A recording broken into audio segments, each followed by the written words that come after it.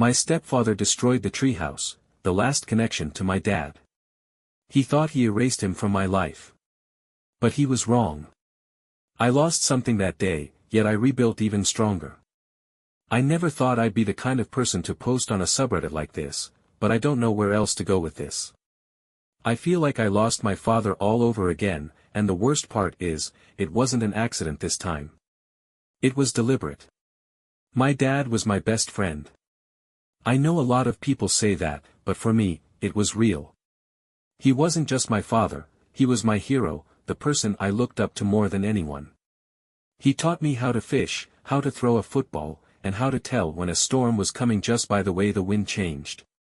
He made the little things feel big, like Saturday morning pancakes or watching old adventure movies together. Every good childhood memory I have is tied to him. And then, just like that, he was gone. I was 10 when he passed. Too young to fully understand what was happening, but old enough to feel the gaping hole he left behind. Everyone tried to comfort me, saying things like, "He'll always be with you," or, "Time heals all wounds." But nothing filled the space he left. Nothing except the treehouse. My dad and I built it together the summer before he died. It wasn't fancy, just some old wood he scavenged and a couple of nails, but to me, it was everything. We spent weeks working on it, side by side, as he taught me how to hold a hammer properly, how to measure twice and cut once. It was our project, something that was just ours. After he passed, the treehouse became my sanctuary. Any time I missed him, any time the world felt too loud or too empty, I'd climb up there and just be. I'd sit in the corner where he used to read to me and close my eyes, pretending he was still sitting beside me. It was the one place where I could still feel him.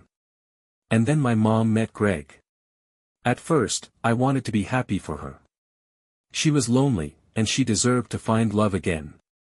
But something about Greg felt off. He was the kind of man who walked into a room and immediately made it clear that he was the one in charge. He shook hands too hard, laughed too loudly, and made little comments that felt like harmless jokes on the surface but had something sharp underneath. He wasn't my dad. And he made sure I knew that from the start. I didn't know back then just how much he would take from me. I didn't realize that he wasn't just trying to be the man of the house, he was trying to erase everything that came before him. Including my father. Including the only thing I had left of him. I tried to be polite when Greg first came into our lives. I really did. I told myself that he wasn't my dad, but maybe he could at least be someone my mom could rely on. She had been struggling for years after Dad passed, and part of me felt guilty for how much she had to carry alone.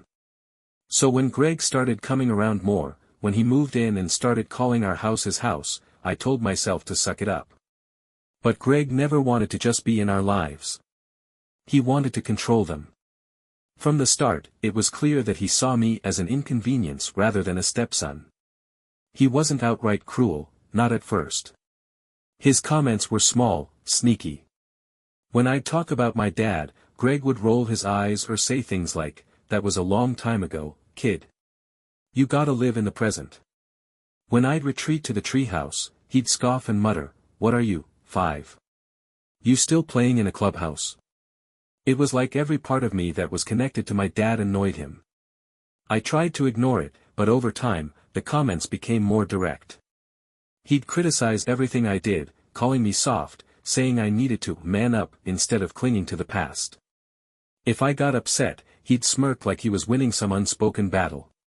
Mom brushed it off.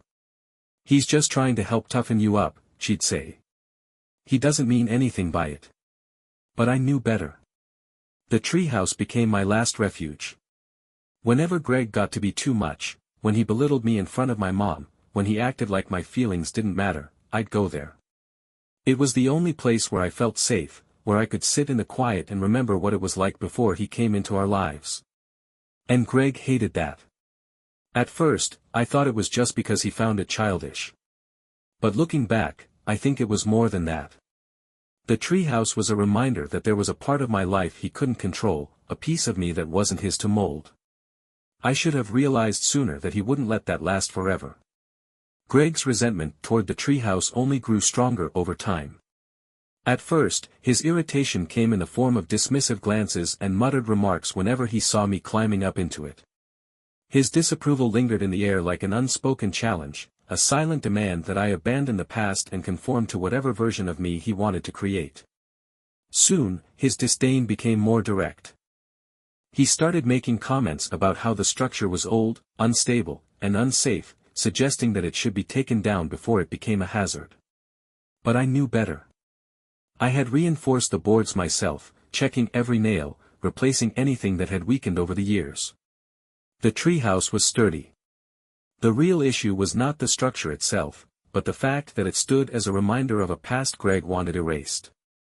His frustration with me extended beyond the treehouse. It seeped into everything, my hobbies, my habits, even the way I carried myself. He criticized the things I valued, dismissed my emotions as weakness, and acted as if my attachment to my father's memory was something shameful. Every conversation with him felt like a battle, one where he was determined to break me down piece by piece. The tension between us escalated until it finally reached its peak. One evening, after yet another argument, there was a shift in Greg's demeanor. His usual arrogance was replaced by something colder, something final.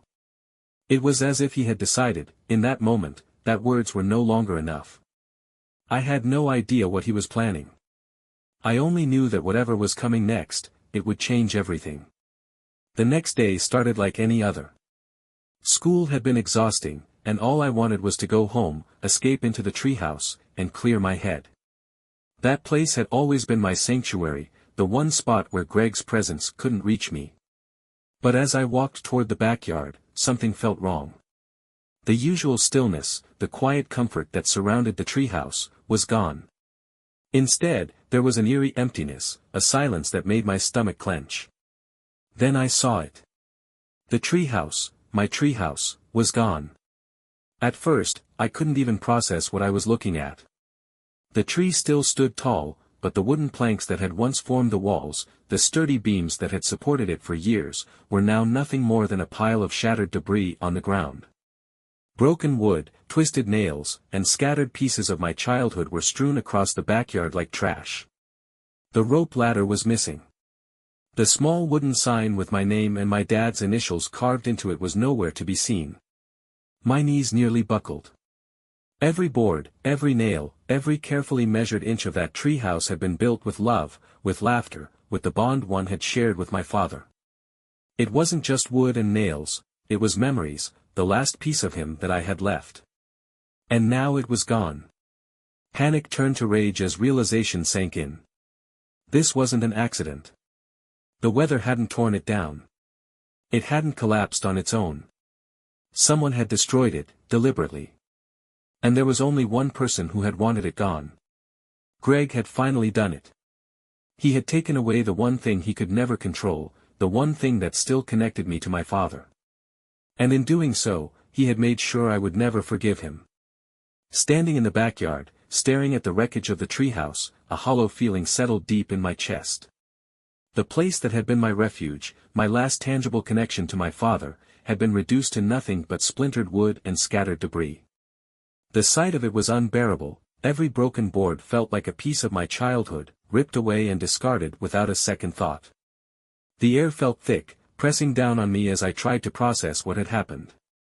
It wasn't just the destruction itself that hurt, it was what it represented. This wasn't an accident.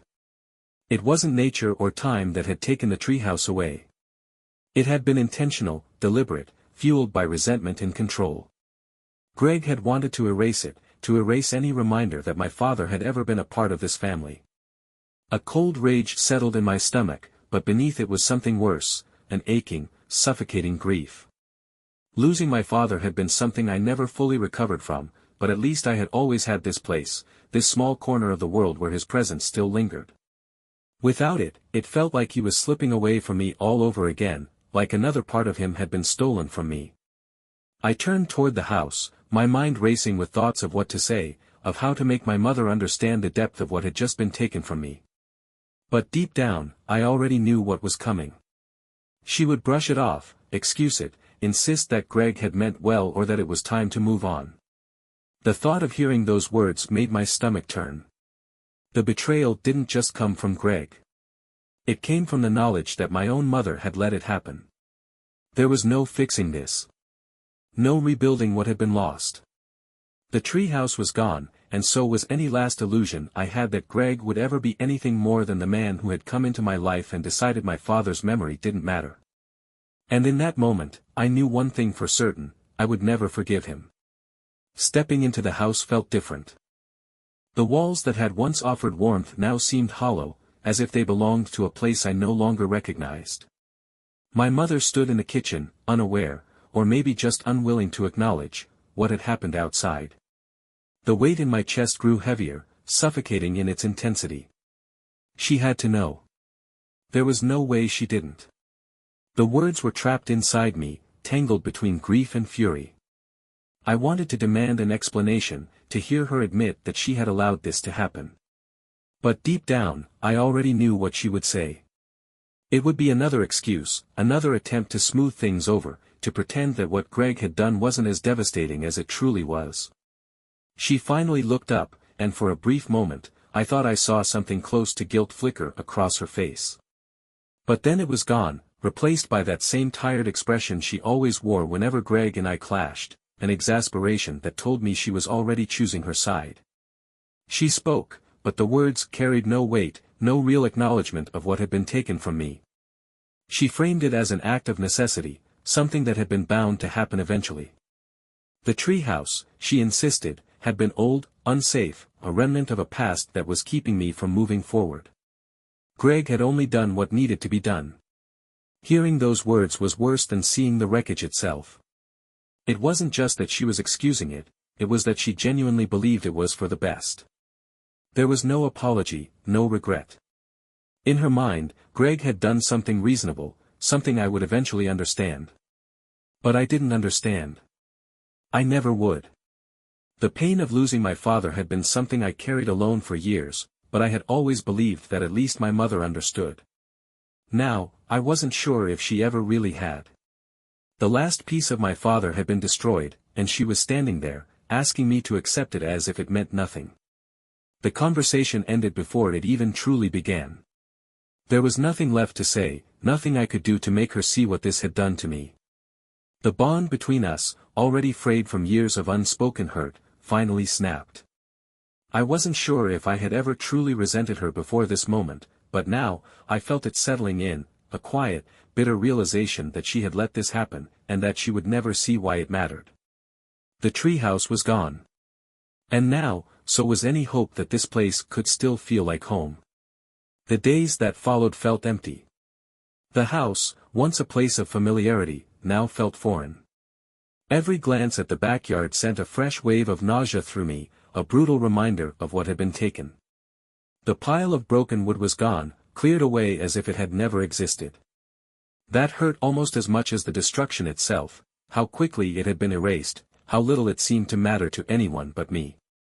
I stopped speaking to Greg entirely. He didn't try to justify himself any further, didn't attempt to make peace. He had won, and he knew it. The smugness in his silence was worse than any words he could have thrown my way. There was no remorse, no second thoughts, just the satisfaction of knowing he had gotten what he wanted. My mother didn't push me to forgive him, but she also didn't acknowledge the weight of what had happened. She moved through the days as if everything was normal, as if I should be able to do the same. But there was no normal anymore. Any thread of connection I still had to this place had been severed. The realization came quietly, settling in my chest late one night as I lay awake, staring at the ceiling. I couldn't stay here. Not anymore. Leaving had always been a distant idea, something I thought about but never seriously considered. I had convinced myself that as long as the treehouse stood, I still had something anchoring me here, something real. But now, there was nothing left. Greg had made sure of that. I started making plans in secret, setting aside money, looking at options. It wouldn't be easy, but I knew I had to go. Staying meant letting this house, this toxic presence, suffocate me further. It meant allowing Greg's version of control to shape my future. I refused to give him that satisfaction. I wouldn't leave in anger, wouldn't give him the reaction he wanted. Instead, I would take back the one thing he had tried to take from me, my ability to choose my own path. The day I left, I didn't say goodbye to him. I barely spoke to my mother. There was no need for long explanations, no point in trying to make them understand. I walked out with everything I needed and never looked back. What Greg had destroyed could never be rebuilt. But that didn't mean I had to let him destroy me. Walking away wasn't just about leaving a house. It was about leaving behind the weight of everything that had been holding me down for years. The loss of my father, the resentment toward Greg, the disappointment in my mother, it all stayed in that place, trapped between walls that no longer felt like home. For the first time in a long time, I felt like I could breathe. But freedom didn't erase grief. The absence of the treehouse followed me everywhere, a dull ache that never fully faded. The realization that it was gone forever hit me in quiet moments, when I saw an old piece of wood at a construction site, when the smell of fresh-cut lumber drifted through the air, when I passed by kids building something in their backyard with their dad. Each time, it reminded me of what had been stolen, and the anger bubbled up all over again. I didn't want to be consumed by that anger. I had left to escape it, to move forward, not to let Greg's destruction define me. But moving forward meant figuring out what came next. For a while, I drifted. I worked, I saved money, I kept to myself. I didn't talk much about what had happened, not because I had made peace with it, but because I didn't know how to put it into words. How do you explain that someone took the last real piece of your father and smashed it to the ground? How do you describe the kind of loss that isn't just about the thing itself, but everything it represented? Then one day, I found myself at a small woodworking shop on the other side of town. I had passed it before but never thought much of it. This time, I went inside. The place smelled like sawdust and varnish, like something familiar. The owner was an older man who reminded me of my dad, not in looks, but in the way he moved, the quiet patience in his hands as he sanded down a piece of wood. I wasn't sure what I was looking for, but I found myself asking questions. About tools, about building, about how to take something broken and make it whole again. He answered without hesitation, never asking why I cared. And for the first time since leaving, I felt something shift inside me. Greg had destroyed the treehouse. He had taken away the physical space where I felt closest to my father. But he hadn't taken the skills my dad had taught me, the lessons we had shared while building it. Those were still mine. Maybe I couldn't rebuild what was lost. But I could build something new. Learning how to build again wasn't just about the craft, it was about reclaiming something that had been taken from me. The first time I picked up a piece of raw wood, I hesitated, running my fingers over the grain, remembering the way my dad's hands had guided mine all those years ago. The weight of the hammer felt familiar, but for the first time since the treehouse was destroyed, it didn't remind me of loss. It reminded me of connection. I started small, working on simple projects in my free time, things that required patience, focus, precision. It became an escape, not from grief, but from the helplessness that had consumed me for so long. With every piece I shaped, I felt like I was taking something back, proving that Greg hadn't erased what mattered most. At first, I kept my work to myself. It was personal, something that belonged only to me. But as time went on, I started sharing my projects with others. A handmade bench for a friend, a custom bookshelf for someone who needed it. Slowly, what had once been an outlet for anger became something else entirely. One day, I decided to build something for myself. Not a replica of the treehouse, that chapter was closed. But I wanted something that honored my father in a way Greg could never touch. I spent weeks working on it, shaping every detail with care. It wasn't about replacing what was lost, it was about carrying it forward. When I finally finished, I stepped back and looked at what I had created, a wooden chest, simple but sturdy, engraved with the initials my father and I had once carved into the treehouse. A place to hold memories, to keep the things that still connected me to him. It wasn't the same, but it was mine. The pain of losing the treehouse would never fully go away. There were still days when I thought about it, still moments when I felt the sharp sting of betrayal. But Greg hadn't won. He had tried to take away the last piece of my father, and instead, he had pushed me towards something even stronger, a determination to remember my dad not through what was destroyed, but through what I chose to build. And that was something no one could ever take from me again. Moving forward wasn't about forgetting.